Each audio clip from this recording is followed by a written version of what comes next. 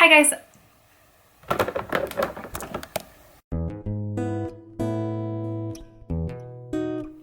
Hi guys, I'm Amy. Welcome back to my channel. Today I'm going to be talking about my experience reading books published by NYRB. I have joined a group of ladies here on BookTube that are doing the hashtag indiepressproject, and NYRB was the publisher selected for the month of April, and they were kind enough to let me join in, and I really have had a wonderful experience in that, and I will be chatting about the book that I read from NYRB. I do believe this is my first reading experience with NYRB, and I will give you a spoiler. It was a good one. But if you guys are interested in what I thought of the Dud Avocado by Elaine Dundee, published by NYRB, then go ahead and keep on watching. The premise of the Dud Avocado is we are following our main point of view character, Sally J. Gorse, who is 21 years old and is living in Paris for 2 years on the generosity of her very wealthy uncle, who has given her one stipulation, and that is that she is not allowed to contact him for the 2 years that she is living in Paris. And what we very quickly figure out about Sally J is that she is terrified of not having the opportunity to live life to its fullest. And it's not that she's afraid of death, she's just afraid that she's going to miss out, that she's not going to have the experiences that give a person life, that give them things to look back on later. And when she was younger, we do find out that she ran away from home several times in hopes to find these adventures, but her uncle told her that when she graduated from college, he would send her to Paris for 2 years if she would stop running away. And we then follow Sally and see how she ends up in Paris and very quickly begins doing the things that she thinks are indicative of living a full life, such as entering into an affair with an Italian man who's married and also has a mistress, and her getting involved with theater and acting while in Paris, and just generally partying and meeting as many people as she possibly can.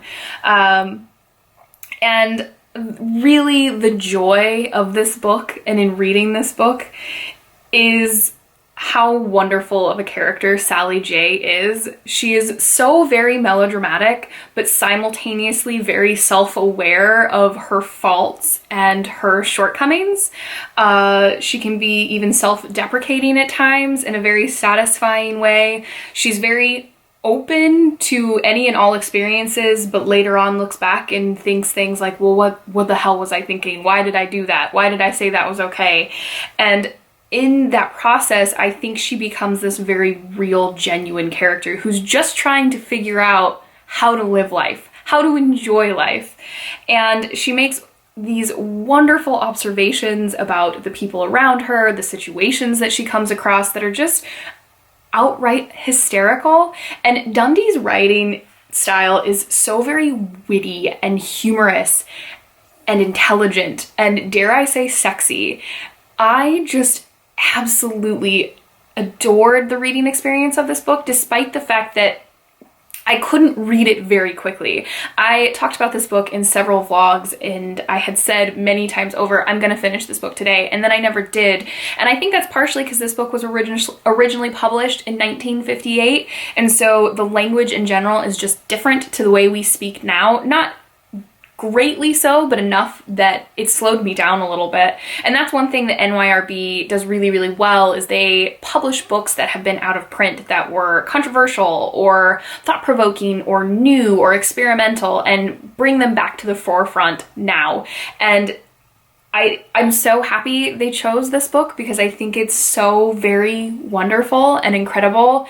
And overall, the plot of the story is very quiet. It's just Sally trying to figure things out and realizing that she's kind of a hot mess, but still doing her very best in the way that she knows how.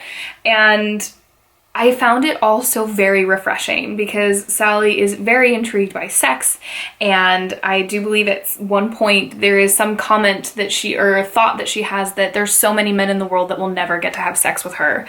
And she has this wonderful observation of her cousin who she unexpectedly meets up with in Paris. And I'm gonna read this to you because this is a great example, in my opinion, of how Sally describes people and situations that she finds herself in. The first thing that loomed into view, almost knocking Teddy down in his rush to get at me, was my loathsome cousin John Roger Gorse. John was a real, earnest, enthusiastic, gee-whiz, tail-wagging prig of an American with the shortest crew cut and the thickest horn rims ever to accompany their owner through 4 ceaseless, interrogating years of Harvard. Behind these spectacles blinked eyes that gawped and stared insensitively at anything not absolutely commonplace to the right side of the 5-block area on which he had built his house in Wichita, Kansas. So that humor and just outlook is throughout this entire book, and I thoroughly enjoy it. I also think there's a really interesting discussion, intentional or not on Dundee's part, I'm not totally sure, about how men specifically tell women how they should be or what they expect them to be or how they want to control them. And I found that very, very interesting, especially because I couldn't quite determine if that was intentional or not. This idea that throughout Sally's experience in Paris, there have been so many men telling her what she should and shouldn't do, or how she should do it, or what they should do for them. And I really, really enjoyed that. That's just one of the really amazing things about this book, I think. I think that's pretty much everything that I wanted to say. I was just checking my notes real quick, but I really, really do recommend the Dud Avocado. I thoroughly loved my reading experience of it. I loved Sally J as a character. I think she's unforgettable. I've never read a character like her, and you can bet your bottom dollar that I will be looking for more books by Elaine Dundee. NYRB has another book by her that is about a young woman living in London that I will be getting my hands on. So that was the Dud Avocado by Elaine Dundee, and I highly recommend you check it out, especially if you love Paris as well. And this takes place in the 1950s. I don't know if I mentioned that. Definitely worth your time. I had also picked up Huns and Rebels by Jessica Mitford. This is one of their nonfiction books. This is Jessica Mitford's autobiography. I know little to nothing about the Mitford family, but they sound very intriguing. I did not get around to reading this month, but I will hopefully be getting to it soon. I would like to prioritize it sooner rather than later. But I did just want to mention it real quick that I had picked this one up as well, even though I didn't get around to reading it. But there you have it, you guys. There was my first month with the Indie Press Project. Thank you to all the ladies again for including me in your group. Next month we will be reading books from Europa, a publisher that I don't know fairly well, but I've read several books by them, and look forward to reading some more. But if you guys like this video, go ahead and like it, and if you loved it, please subscribe, and we will see you in my next project. Next video. Happy reading!